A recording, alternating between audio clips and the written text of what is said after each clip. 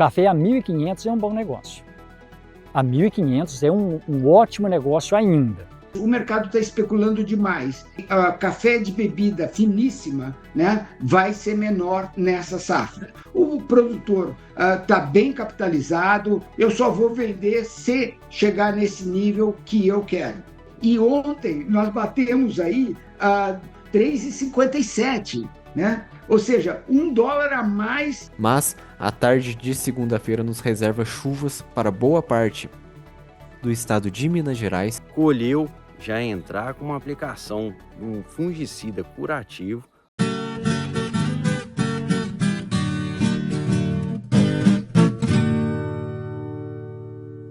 Cafeicultor, o No Pé do Café de hoje está muito rico em informações. Então assista até o fim. A gente já começa com o Brinatti dando aquele repasse no que está acontecendo nas lavouras nesse mês de julho. Antes disso, rapidinho, dá uma clicadinha no like. Não custa nada e nos ajuda. Para ajudar ainda mais a fortalecer o canal, você pode considerar se tornar membro. É só clicar em membros aqui embaixo. Primeiro passo, colheita. Esse ano tá difícil essa colheita. Tem muita chuva, tem muito café desuniforme. E como é que a gente faz? Nós estamos aí desde maio, começa, chove. E aí? Nós chegamos num momento agora onde a gente já tem muitas plantas já ouriçadas preparando para florir. Então, agora não dá para ficar mais esperando, olhando. É desenvolver estratégia e sentar o bambu, como diz aqui na roça. Então, pessoal, não dá para ficar mais esperando ter uma uniformidade maior de maturação, esperando o café chegar. Fato é que tem copa madura, meio verde e barra verde. Quando a gente joga aquilo no terreiro, realmente o café está muito verde. Mas agora não dá para esperar mais. É passar o sarrafo e tocar para frente, desembolar a nossa safra. E a ferrugem? Por onde eu tenho andado, eu tenho verificado muita ferrugem nas nossas lavouras. E aí na sua? Deixa aqui nos comentários como é que tá. Pessoal, tanto variedade que é suscetível como os catuais, quanto variedade que é tolerante como os catucaís, estão todas pintadas de ferrugem. E isso é algo que tem nos preocupado muito, porque ferrugem agora pode ser que lá na frente essas folhas vão desfolhar e aí a gente não vai ter um pegamento de florada como esperado. E nesse momento a gente está dentro da safra, fica difícil para a gente pulverizar. Eu só consigo pulverizar aqueles talhões que eu já desembolei, que eu já consegui colher e não vou entrar ali mais, até que a varrição já foi tirada. Então, a gente precisa se organizar, colheu, já entrar com uma aplicação de um fungicida curativo para tentar salvar e cessar essa expansão que está realmente muito preocupante.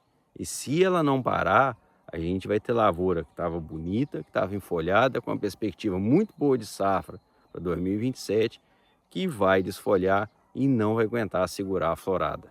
E falando nisso, é hora de pensar também, já acabou de colher, é hora da gente já entrar com a pulverização pós-colheita, que já é até um pré-florada. Então é importante a gente analisar nossas plantas, relembrar aquela análise foliar que a gente fez, ver como que estavam as nossas plantas e entrar com manejo nutricional. É hora da gente entrar com aminoácido, é hora da gente entrar com tratamentos para que as nossas plantas possam se recuperar. É muito importante a gente dar uma atenção nesse período, né, para boro, cálcio, zinco. É muito importante a gente entrar com cobre, molibdênio, principalmente para o equilíbrio hormonal. Então vamos ficar atento. É hora da gente entrar também com cobre tanto nutricional quanto cicatrizante e também com fungicida para proteger nossos botões florais. Vamos fazer de tudo para que a gente tenha uma boa florada, um bom vingamento, para a gente ter uma boa safra em 2027. E a análise de solo, você já fez? Já está com a recomendação em mãos? Pessoal, julho começa as grandes feiras. E aí é importante a gente aproveitar as oportunidades que a gente tem e realizar boas compras. Afinal, a lucratividade ela está no fato de fazer boas compras e boas vendas. Então esse é o momento de, quem sabe, a gente aproveitar boas oportunidades. Se você não fez sua análise solo ainda, corre e faz. E se você já fez, já corre para fazer a recomendação para estar com seu planejamento 2026, 2027, tudo em mãos, para que você possa conseguir fazer boas compras e estar com tudo dentro da sua propriedade para que na hora que chegar as águas e na hora de chegar o momento de entrar com os tratos, já está tudo aí guardadinho. E por último, e nem menos importante, a anotação. É muito importante a gente deixar tudo anotadinho, principalmente nesse período final de safra, para daqui uns dias a gente fazer o fechamento, saber quanto custou a nossa saca de café e nos auxiliar na nossa tomada de decisão de venda. Deixa aqui nos comentários como é que está o andamento aí na sua propriedade. Está conseguindo levar tudo em dia? Como é que está o andamento dessa safra? Está agarrado? Cafeicultor, o mercado essa semana deu uma virada sensacional. E as perguntas são: por que isso aconteceu? E será que vai continuar? Vamos acompanhar essa entrevista que o analista Haroldo Bonfá concedeu ao Notícias Agrícolas. Eles começaram a se posicionar subindo o mercado de café e terminaram o dia com 4.875 pontos de alta, né? Uma alta de mais de 16%.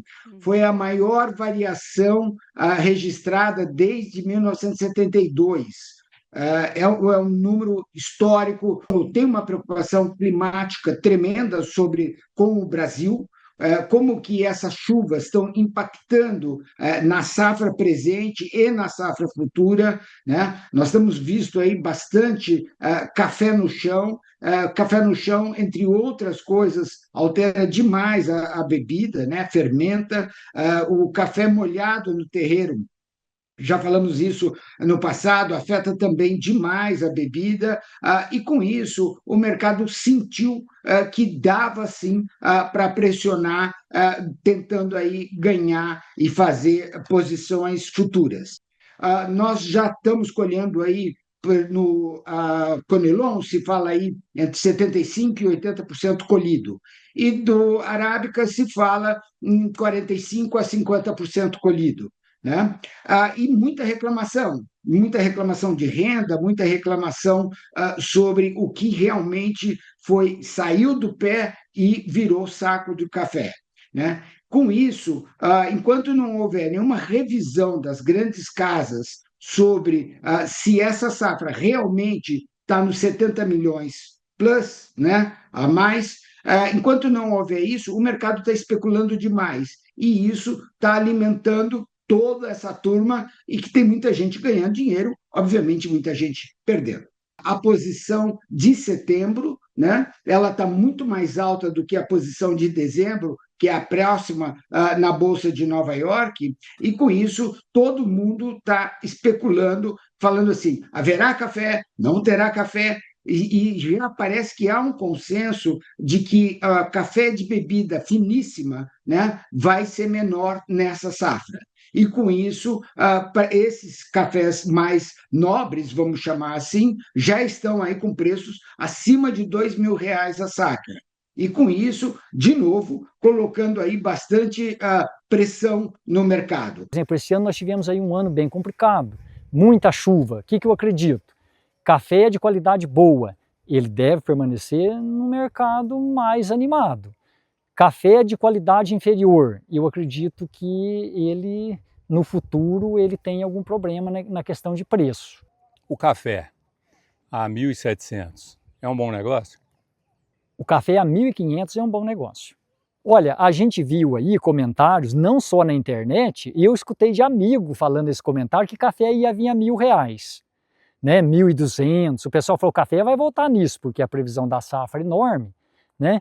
E agora vamos pôr, café 1.600, 1.650. Não está excelente? Se você tiver uma boa gestão, saber trabalhar com ele é excelente. E eu ainda estou falando porque a gente está numa região de mão de obra menos mecanizada. Então, mesmo assim, é um excelente negócio. Agora, eu me preocuparia café chegando a 1.300. Aí só os top mesmo de administração que ia sobreviver a 1.300, no custo que a gente tem hoje. O produtor está bem capitalizado, ele está consciente do que ele está colhendo, ele está consciente dos custos que já houveram, né? E trazendo aí com isso uma sensação de falar assim, não, eu só vou vender se chegar nesse nível que eu quero. Isso assusta aí um pouco os nossos compradores lá fora, frente a toda essa volatilidade, vamos chamar assim. Todo produtor gostaria de vender mais caro e todo comprador gostaria de comprar mais barato. Isso, desde que o mundo é mundo, foi assim e é assim. Mas o que acontece é um pouco diferente. Quando se anunciou lá na frente, ou melhor, lá atrás, ou no começo da colheita, que íamos colher acima de 70 milhões, 72, 74, não importa, qualquer número acima de 70 milhões, né, o mercado entendeu que um número de 2 dólares e 50 a 2 dólares e 20 era um limite razoável para você vender, né? Quer dizer, e ontem nós batemos aí a 3,57, né? Ou seja, $1 a mais do que aquilo que a gente imaginava que fosse vender esse ano, né? Então, significa que mudou muito a estratégia do começo da colheita, do meio da colheita e agora nessa, vamos chamar assim, segunda parte da colheita, principalmente do arábica. Com isso, ele tem agora, ele produtor, tem uma outra visão de mercado. Ele fala assim, não, o mercado sustenta aí preços mais altos e por sustentar isso, né, nós vamos tentar buscá-lo. Tem uma discussão grande sobre como será, inclusive, a safra já 27, 28, né? Porque se tivermos, nós vimos aí notícias de floradas já perdidas, muito recentes, né? Ou seja, uma florada que não ia vingar de jeito nenhum, né? Diminuindo, então, a perspectiva de uma safra, uma super safra, vamos chamar assim, na 27, 28. E pressionando, então, de novo os preços para agora.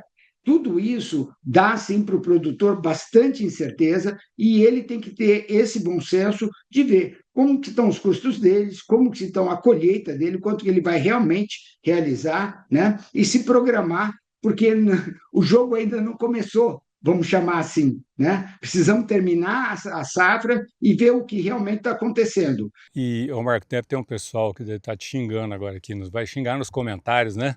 Vai Com falar assim, certeza. imagina, 1.500 o café, mas quanto a média que você fez no ano passado? O ano passado eu vendi café de vários preços, né? Eu vendi de 1.600 a 2.500 e eu fiz uma média de R$ 2.300, né? Quer dizer, esse foi um ano excelente, né? E eu acredito como um ano excelente. Só que isso são verões que a gente passa no trabalho que a gente tem.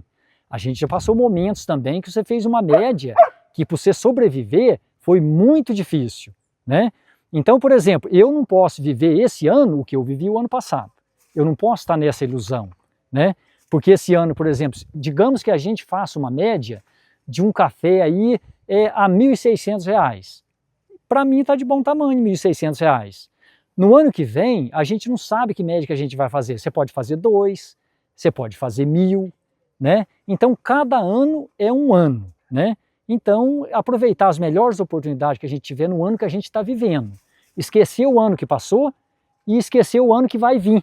Uma coisa que não funciona é você estar com café e você ter plano, falar, eu quero fazer isso com o café.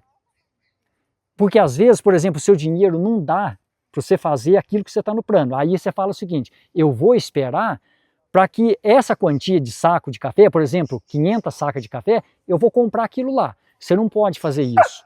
E aí você vai esperando o preço, e às vezes não vai chegar, aquelas 500 sacas, você não vai conseguir aquele valor. E aí você não vai vendendo. De repente você tem um tombo, né? Aí às vezes você toca de vender café, e isso eu vi várias vezes na minha vida. Aí você toca de vender muito abaixo daquele valor, né? Nós já passamos anos que na época, café chegou a 1.490, nós tivemos o preço. Dali um ano se vendeu a 630. Você faz uma ideia para você ver que burdoada, né? Primeiro, as geadas que ocorreram, tanto em 2025 como em 2024, foram no mês de agosto, né? Ou seja, nós estamos já no julho e indo já para o agosto, ou seja, geada é um assunto importante. Nós acompanhamos também que a amplitude térmica do mundo está abrindo muito, né? Ou seja, quando está quente, fica muito quente, né? E quando está frio, fica muito frio. Então, esses movimentos, mesmo que sejam momentâneos, né? 1, 2 dias, se houver realmente o frio, pode sim prejudicar bastante as áreas de café, e com isso aí temos aí de novo um novo processo aí de aumentos de preço. E o clima que tanto influencia nossas decisões no campo estará trazendo chuva passageira para as regiões cafeeiras nessa semana. No domingo, aí sim, o jogo vira, né? A gente tem ali um aumento de nebulosidade sobre boa parte, não, sobre praticamente todo o sudeste do país e as chuvas ocorrendo de formas irregulares sobre o estado de São Paulo e já com previsão de pancadas de chuva também sobre o sudeste do país. Aí, com o passar das horas, essas chuvas também avançam para outras áreas do sudeste, né? Durante a madrugada, as chuvas também já chegando ao Rio de Janeiro, mas em intensidade fraca e também alguns pontos de moderada. Mas a tarde de segunda-feira nos reserva chuvas para boa parte do estado de Minas Gerais, Rio de Janeiro e também no sul do Espírito Santo. A gente vê pontinhos, como eu havia comentado, né, mais azul, indicando ali chuvas mais intensas. E aí, para a gente ter ali tirar a dúvida, né, se a gente vai ter a possibilidade de tempestades na região, a gente altera o mapa para a densidade de raios que a gente vê ali, essa faixa amarela, né, sobre boa parte de Minas Gerais, principalmente no Triângulo Mineiro e no Alto Paranaíba, alguns pontos também da região central de Minas Gerais, a gente vê toda essa região aí com possibilidade de tempestades nesta segunda-feira, viu, André? Além disso, alguns pontos também do Espírito Santo, áreas ali de Serra do Rio de Janeiro também com possibilidade de tempestades na tarde desta segunda-feira. Agora, sobre a chuva, ela deve se estender até quando? Você falou que deve de segunda-feira até? De segunda-feira ela não vai se estender muito não, viu? Ela vai passar Uhum. de maneira bem rápida e na terça-feira, perdão, a gente já tem o avanço da frente fria para outras áreas do país e o tempo já volta a ficar aberto aqui no sudeste. Alguns pontos, claro, né? As chuvas ocorrem ali de forma mais pontual na parte leste do sudeste, né? No litoral de São Paulo, Rio de Janeiro, alguns pontos ali do nordeste de Minas Gerais, mas aquela intensidade, conforme a gente está prevendo para segunda-feira, ela já não vai ter mais. Já na terça-feira o sol volta a aparecer na região. Cafeicultor, e se o mercado está maluco nas bolsas de Nova York e Londres, aqui no mercado físico ele manteve a posição perto dos R$ 1.800 a saca do Arábica. Comparando com a mesma data do ano passado, está um pouco acima. O Conilon fechou em 1.050 e está R$ 100 a mais do que estava no ano passado na mesma data. O No Pé do Café vai chegando ao seu final, torcendo para que semana que vem a gente tenha mais notícias boas no mercado. Para você que nos acompanhou até aqui, ainda dá tempo de deixar o seu like e seu comentário, e também de considerar se tornar um membro para ajudar o canal a se manter, informando o cafeicultor. Um forte abraço, muito obrigado e até o próximo No Pé do Café, o canal de quem ama café.